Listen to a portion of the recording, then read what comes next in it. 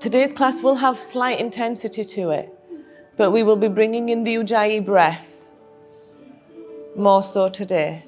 But we will also have Kapalbhati to raise the fire, because we still need to ensure that from here, from the Anahata, we don't keep dropping down.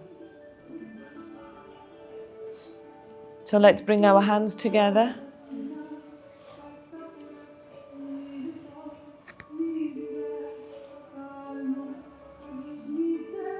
And just start to bring in the Ujjayi breath. Inhaling.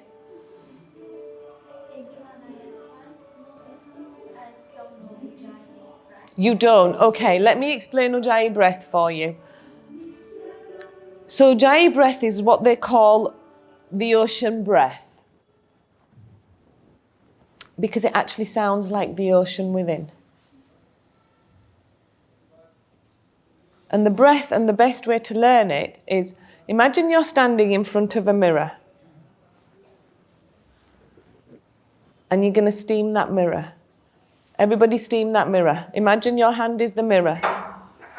Breathe in. There should be no constriction in the throat.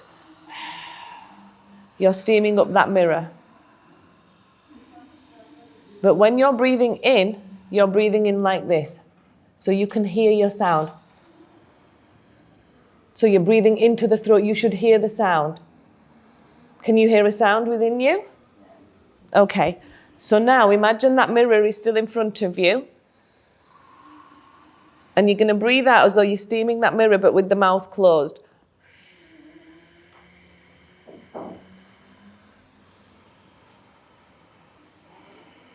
Can you hear that sound? That's Ujjayi. Like more forcefully? Not forceful. Your pranayama should never be forceful. It should always be with ease. There should never be force in your pranayama. It should come really naturally, but that only comes with practice. When you're forcing something, it means that you're holding on tight into something inside. Because a lot of people do Ujjayi like this. And it sounds like coming from the throat. That's really bad for the throat. That means you are holding your breath too tightly here. You're holding too much here. It should be almost like a dragon.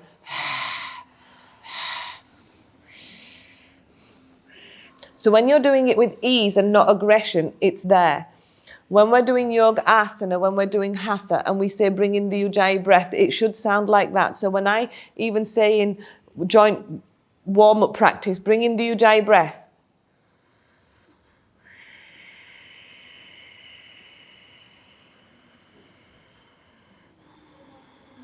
there's no tightness in my breath.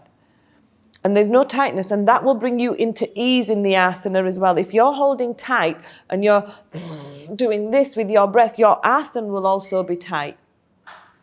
What else is going on is that you're going to hold too much here.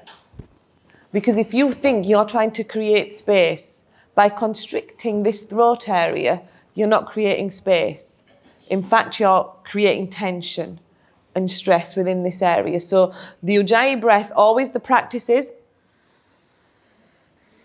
close your ears.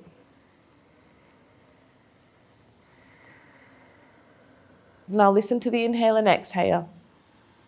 You should be able to hear almost like the ocean is inside of you. Does it vibrate? No. Oh, it vibrates. It will clear the thyroid gland, because obviously we're working on the Vishuddhi chakra, and it's a breath that is held through the throat. It comes and goes from the throat area. So yes, it will help support the thyroid gland. You only activate this Ujjayi breath when exhaling. Or also Inhaling as well.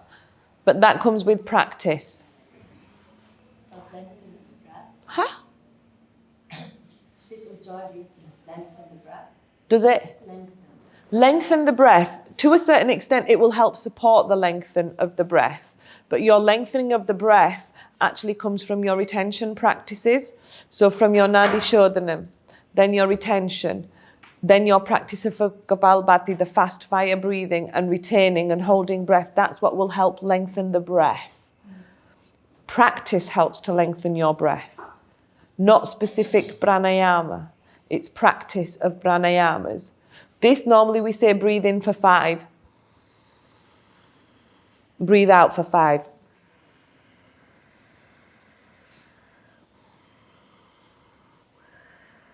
But it comes down to what we are doing the asanas. While doing the asanas, if you are tired, it's better to practice it to calm down your body. Yes, because it's a great stress reliever. And because you're creating space. You're creating space in the body. You're creating space in this area. If you think when we take an inhale, it goes here first. So if this is tight, you can't create air. How does your prana move through your body? It will only move when there is space here. The akasha, the ether.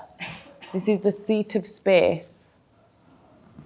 Simply just space. Nothing more, nothing less. Just creating space. So we will work on this chakra. We will use a couple of mantras. The bija mantra for here is hum. Hum. Hum. Hum. Can you feel it? It kind of vibrates in the throat area. Hum. Hum. Hum. Hum. Hum. Hum. But it's also the point of the Rudra Granthi, the knot of Rudra, the knot of Shiva, sits here. So between the Mula and Svadhisthana, you have your Brahma Granthi, knot number 1, the hardest knot to break. And then between your Manipura and Anahata, you have the Vishnu Granthi. And then between the Vishuddhi and the Agya, you have the Rudra Granthi, the third knot, the last and final knot to break, the hardest knot to break, would you believe? Rudra would be the other third god, no? Huh? Brahma? Vishnu and Rudra, Shiva. But they call it the Rudra Granthi. They don't call it Shiva Granthi, they call it Rudra Granthi. Which is another name for Shiva. When you're making the sound in the Ujjayi breath and you're inhaling, the throat seems to be constricted. Because you're holding it tight. So what to do, the best way to do it is just practice doing this.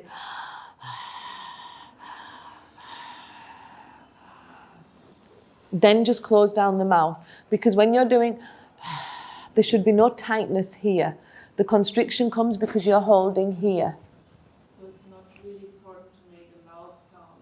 Not to start with. The loud sound will come when you've got practice. People want to make this really loud sound and they end up holding a lot of tension here and then almost grunting breath out. Like this. And the Moor is also wanting to do the same thing, the peacock out there. He's like talking. Naturally, without pushing. Sometimes it's great in like a snoring song. Because you're pushing too hard. Because you're holding tight. But that also comes with other things that need clearing in this area or from within.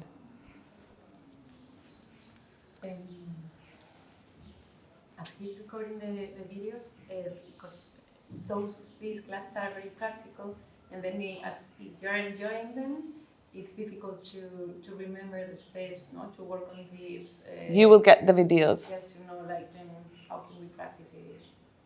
But if you remember, all of your practices, everything that I'm doing is what you're learning. From a little bit of philosophy, from your mantras, from your pranayamas, from your Kriya practices. I'm doing nothing different to what you're learning. That is very organized. But that comes with time and practice. So if you don't practice the Kriyas, if you don't practice the individual Kriyas, that is your creativity that will bring them together. Not what I do. You can't be me. You have to be you when you teach. You have to think about what you want to give that class. You will have a plan A. It never goes according to plan. You have to have a plan B. But how does that plan B come? It comes through your practice. It comes through your sadhana. It comes through what you know. And you will always know more than what the student knows. I promise you. But I just put my classes together. I don't sit there and think I'm going to write this and I'm going to do this. I just come into the class and decide what I'm doing. But I don't put any asanas together that you don't already know or will not be learning at some stage or point. Everything comes from you and should come from you. The main kriyas that you need to practice, they're given to you in the morning class. So like the Kastika Kriya, the Pranava Kriya. That's just different types of breath techniques and how to breathe, and certain asanas, like the Muladhara Kriya or the Anahata Kriya. I only bring them into the class with a little bit of a different, maybe breath work at times, or I'll bring in pranayama in the true form of pranayama. So when we do Kapalbhati like this, or when we do Kapalbhati like this, they're just movements to open up the body and space. So the first thing is that you have to have confidence in yourself to put them together, because people say, oh, I need this, a sequence. You'll never ever in your life follow that sequence, because your body and your mind will always want something different. So you have to make it what's right for you. And when you're going out to teach, it's never what's right for you. It's always going to be what's right for the class. Because I could say, well, today I want to do this. And that today I want to do this never ever happens. But it's trusting yourself. Everything is there. That's what we'll practice from next week. So I think we have the Vishuddhi today, the Agya Chakra tomorrow, Sahasrara on Monday. Tuesday we'll go through a full sequence, just doing one class with every single chakra, every single bija mantra, different pranayama techniques. It will still only be about an hour long, maybe push an hour and 15, 20 minutes, but we will do a full class. You can make these classes into 45 minutes. You can make these classes into 2 hours. It depends on how much space and time you have out there. And then Wednesday, Thursday, Friday is going to be your practicals, where you will get together in groups. You will decide what kriyas you want to practice, what kriyas you want to teach. And we will also go through some speak, no space. We will also go through teaching methodology and what that looks like. And then you will also get the handout for the teaching methodology, how to sequence your class, how to put a class together. Because there is no one set rule. How can we understand when the chakra is being cleaned or being balanced or being opened? You'll know through your own feelings. But don't always focus so much. That's your ego. I need to know, I need to have, I need to feel, I need to experience. What if you don't experience anything? And what if you don't feel anything?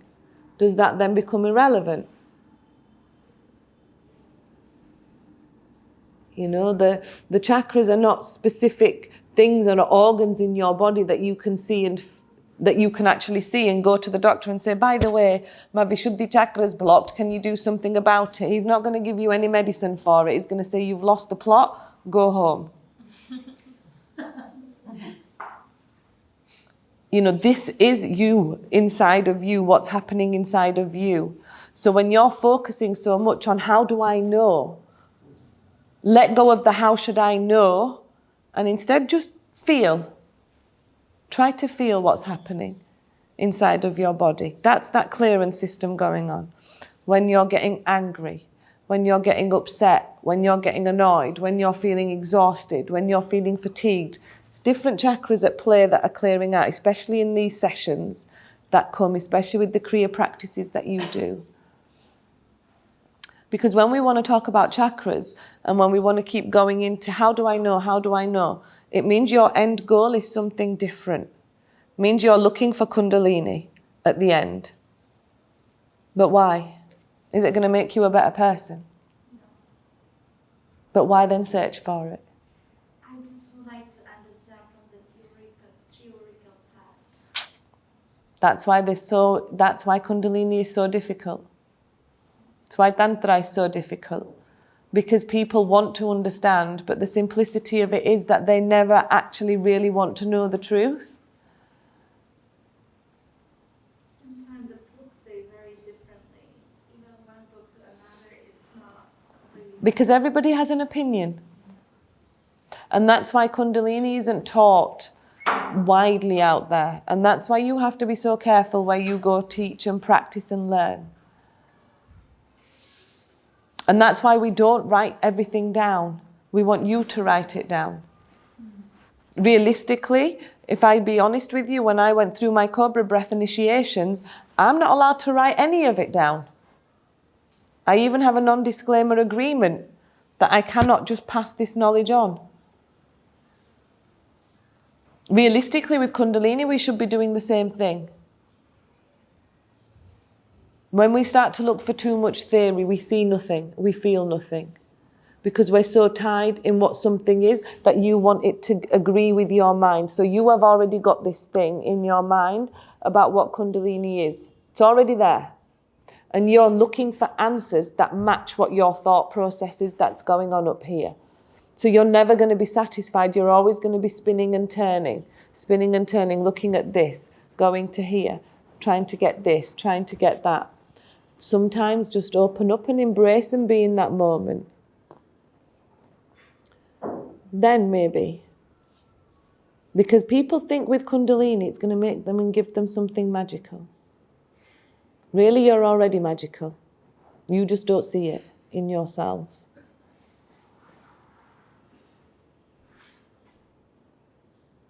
Because we waste our energy. Constantly. Our energy oscillates, our prana oscillates between the Muladhara and the Anahata. The unconscious and the conscious. The conscious starts from here. The unconscious is here. But we rotate between these. Because when consciousness starts from here, this is then where it needs to rise. And it needs to open up in the space. But we're so stuck here. So when we talk about does energy drop? Yes. Because it's constantly between these 4 chakra points here. Specifically between the 3. But when you push past the 3rd, because the fire will help it come upwards to here, then you get stuck here and you move and you rotate like this. Rotate around and around and around. May I know in which occasions and the reason can the energy be dropped? Huh? The energy, when can it be dropped? Every single second of the day. Every single. Society, food, Everything. What you see, what you ingest, what you put into your body, what you speak, what you look at, how much you speak. This is why silence is so important. To have silence. This is why it's so important. Your energy can change and drop every single second of the day. Anytime. Any moment. Just like it can rise. All it is a loop. It's like the circle of life. We loop. And eventually this physical body comes to the end of its loop. But the soul doesn't. But we change ourselves in life. Because when we're first born, all babies do exactly the same thing. They do nothing different. But what we experience, what we see, what we blame, that's what makes us different in this world. Really different to each other. It's not a bad thing, it's a good thing. We should be different. Otherwise it'd be boring.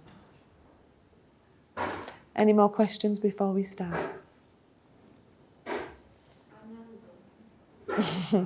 You be Anandoham always. So, come into a seat.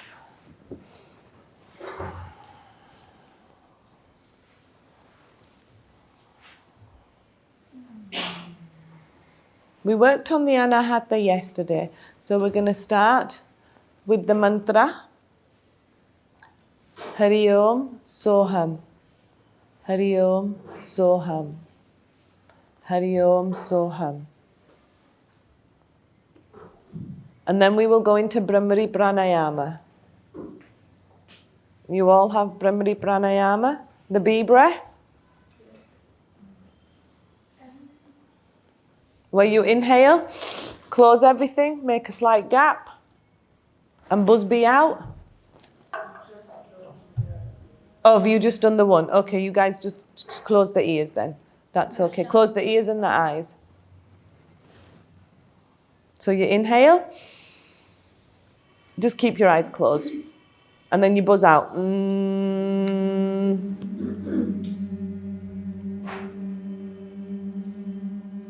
We won't go into the full Shanmukhi Mudra if you're not practiced on it.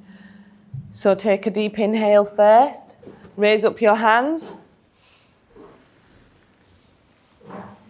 Hari Om Soham. Take a deep inhale. Exhale through the mouth. Take a deep inhale, lift the head up. Exhale through the mouth, bring the head down. Inhale up. Exhale down. Bring your head to center. Hands on top of the thighs. We will chant 3 Oms.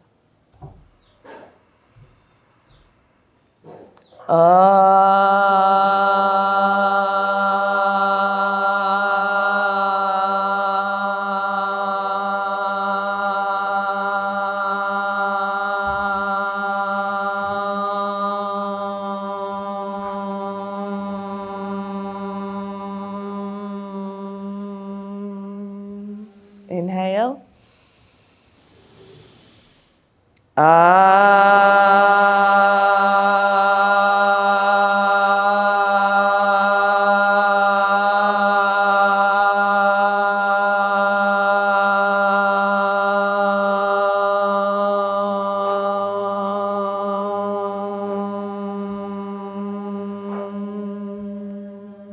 Inhale.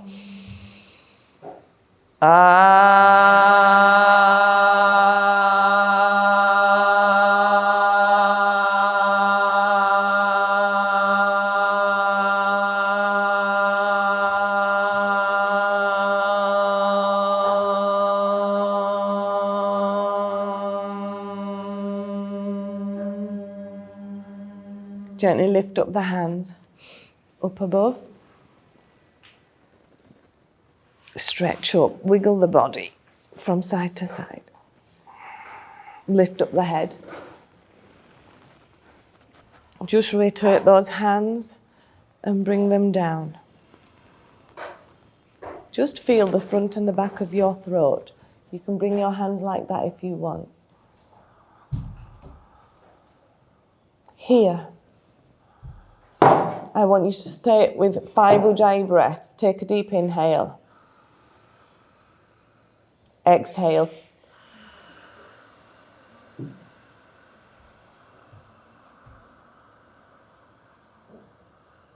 Inhale.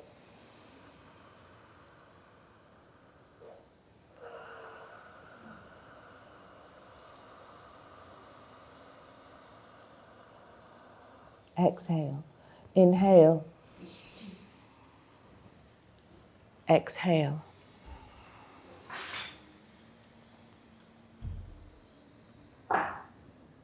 Inhale. Exhale. Inhale. Exhale. Inhale. Hari Om Soham. Hari Om Soham. Hari Om Soham. Hari Om Soham. Hari Om Soham. Hari Om Soham. Hari Om Soham. Hari Om Soham. Hari Om Soham. Hari Om Soham. Hari Om Soham. Hari Om Soham, Hari Om Soham, Hari Om Soham, Hari Om Soham, Hari Om Soham, Hari Om Soham. Last one. Hari Om Soham. Lift up the head to the sky, inhaling deeply. Ujjayi breath. Drop the hands down. Exhale all the way down. And lock. Jalabandha. The final lock.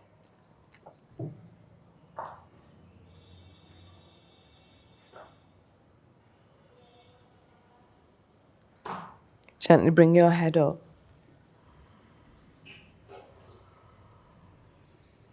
And now we will open up this neck space just with some gentle neck movements and rotations.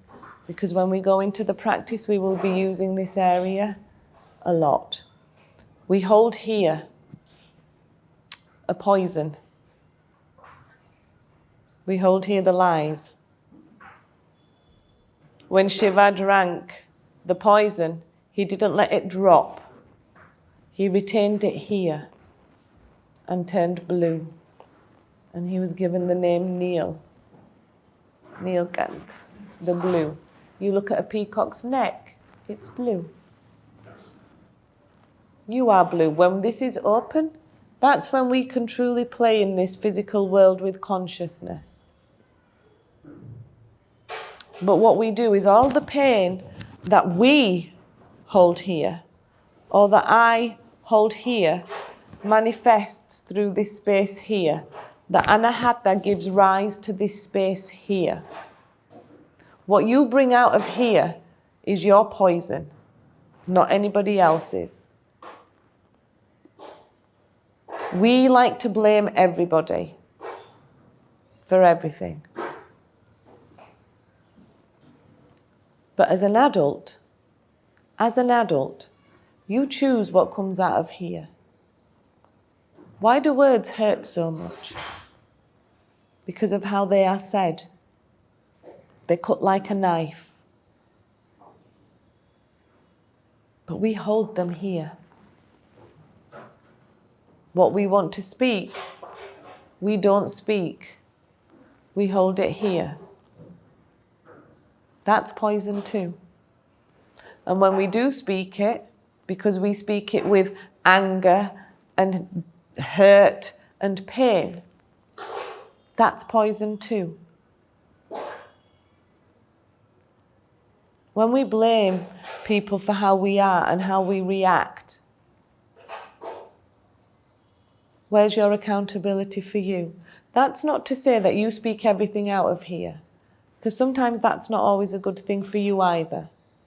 But it's about being aware of what's going on here, what's going on inside, what words you're speaking, how you're speaking, what you're saying. Why are you saying it? Who is that hurt coming from? What are you trying to do with that hurt? 9 times out of 10, you hurt yourself more. And we want to always blame others. It's their fault. It's their fault I reacted like this. No, it's your fault you reacted like that. You might not like that answer. Your reaction is you, your accountability, not somebody else's. How you speak to somebody, what you say, is up to you. I set out to look for a bad person and could not find one anywhere. Then I looked into my own heart and saw no one worse than myself. You are your own worst enemy.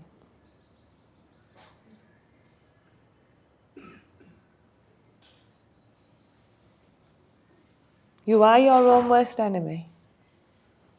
We react so quickly to everything that's said to us. because our ego says it's about us. Sometimes take a step back. Is it really about you or is it them? But when you react, there's something that you see in them that is the same in you. Not as a child. I'm not talking as a child. I'm talking as an adult who's had experiences, who's had wisdom, who's had life. Because you know something? It's really easy to blame somebody else for how you want to behave. Really easy. You choose how you want to behave. You choose how your mind works. You choose what words you speak. Am I right? Or is somebody sat there typing out on a computer on a typewriter saying, let's send this words out through a net, and then push a button and say, okay, you speak these words. Anybody got a computer that's typing inside of them? No, but we all have records that are stored up here. And what do we do with those records? We pull them out and play them. Every time a situation occurs that brings the same pain that we hold here. So we never move past it because we're so afraid to look within. You're so afraid to look at your own worst enemy. So what you will do is you will justify by what you say through here.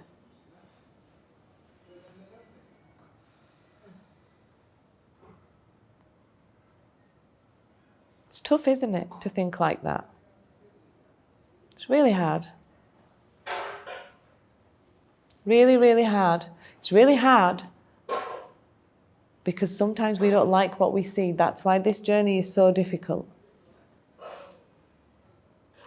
Because when you look in the mirror and you peel away the self, and we still have, every single one of us have those same traits, but we don't like them. But you will bring them out in situations. You control your mind. Once you know and start to understand that you control your own mind, that's when you'll start to react differently, when you'll start to speak differently, when you'll start to behave differently when you're out there.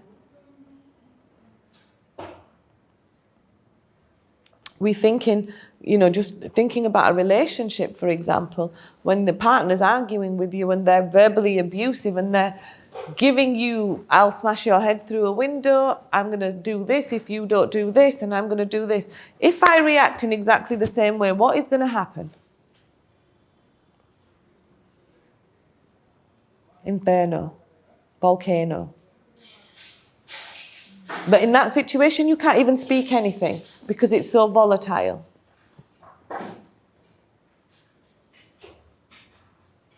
But is there a need for me to speak or react? No. I step out of it. But then who chooses to be in that situation? Me. I chose to be in that situation. I stayed in that situation. Not anybody else. Me. My choice to experience that and keep going through it as an adult. Not as a child, as an adult. I'm not talking as a child, that's different. Talking as a fully fledged adult. My choice. My fear.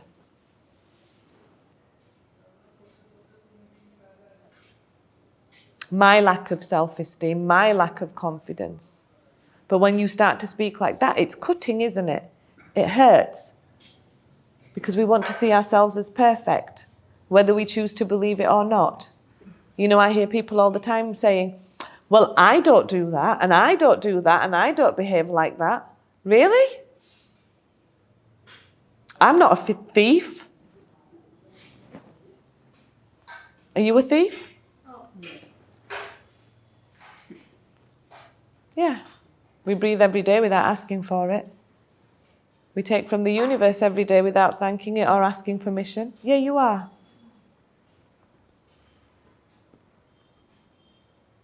Choices. It's choices we make.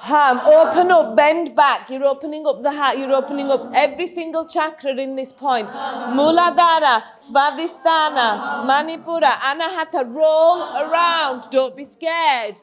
It's your space. It's your truth. It's your blue.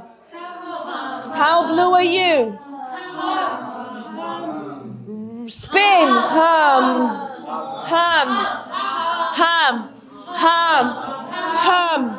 Hum, hum, hum, hum, hum, hum, hum, hum, hum, hum, hum, hum, hum, hum. Your nectar from your bindu comes to this point. The nectar, the amrit, is held here.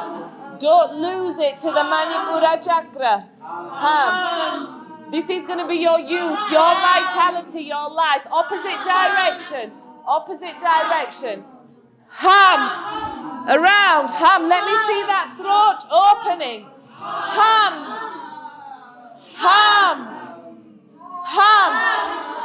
Hum. Hum. Hum. Hum.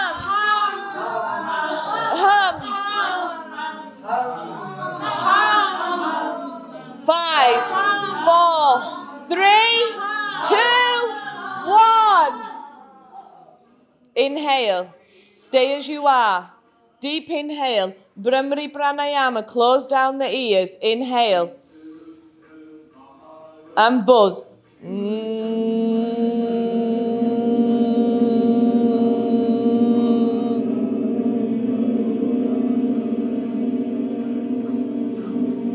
Create the noise in that consciousness to come upwards, to push up.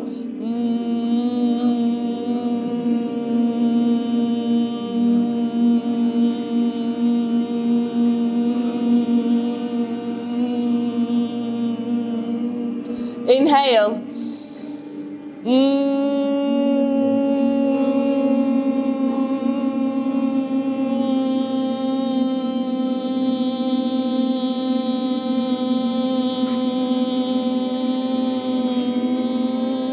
Feel the nectar of Shiva. Feel the amrit of Shiva. Inhale. Drop the hands. Stay up on your knees. Hands, fingertips on the shoulders. We say Om. Namah Shivaya. Om Namah Shivaya. You're closing into the space. You're closing into that space. You're bringing that God, that supreme consciousness here. You're going to drop that nectar from the bindu up here into this point. We want you to be blue. I want you to be blue. See yourself as a smurf. If you know what a smurf is, it is blue. Play like a smurf. Play in this physical world. Why do you want to be tied to the illusion? Why do you want to be tied to the Maya? Play with love. Play with joy. But only when you see yourself with that love and that joy and that space can you really go out and create and be in this world who you're meant to be. Are we ready?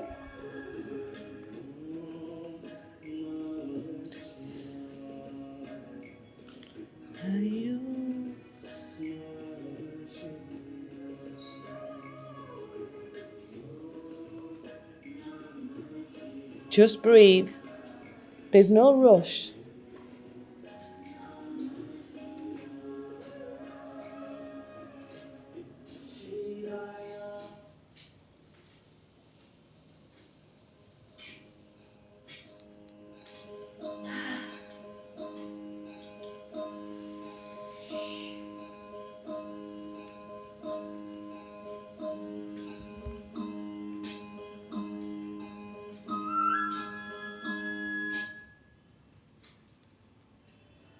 Are we ready? Anybody that's feeling too much energy, come down and ground. Come down and ground. Bring your head to the floor. Namah Shivaya.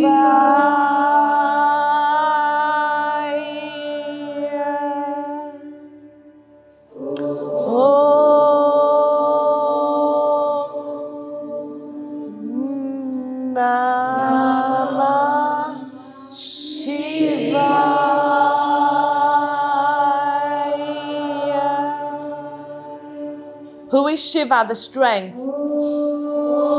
Om, up, head straight.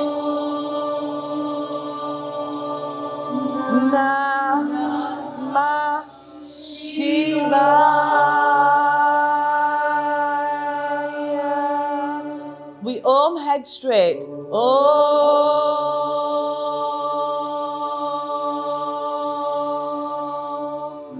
Namah Shivaya.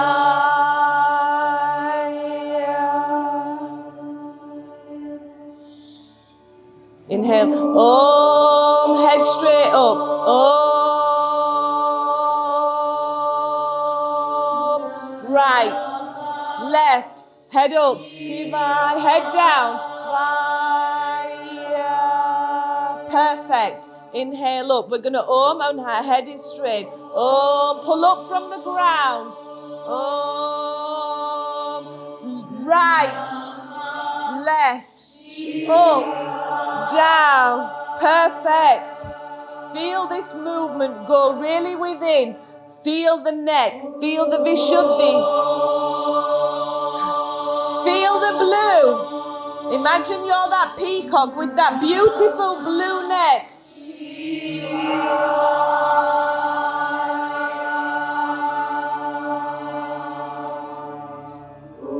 Om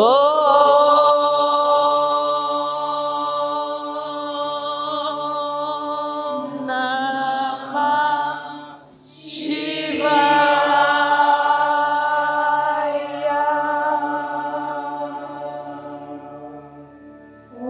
Om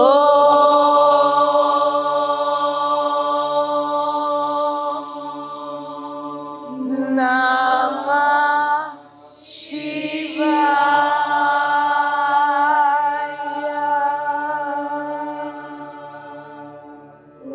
Om.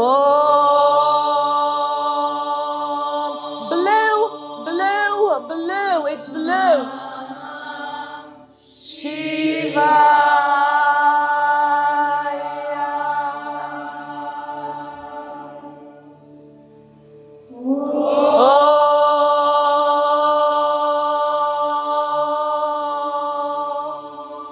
Om Namah Shivaya.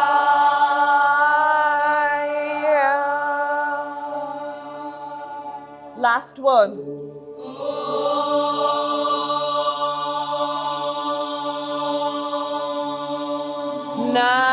Namah Shivaya.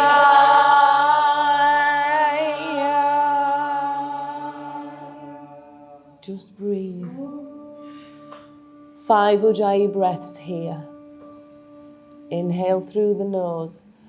Feel that ocean sound within. Fingertips stay on the shoulders, active. This is Kriya. This is not rest. This is a doing.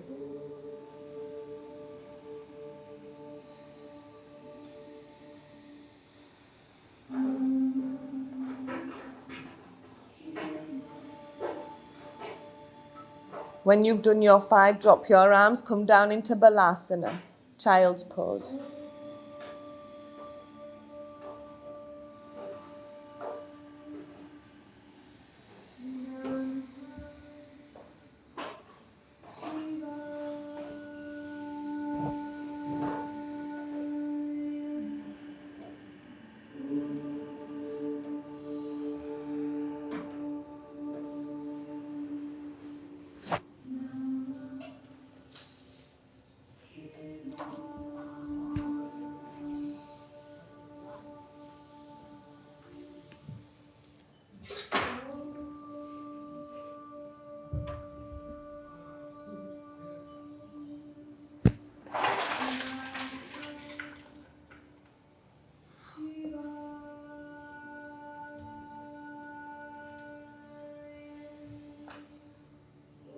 Now come up into tabletop very slowly.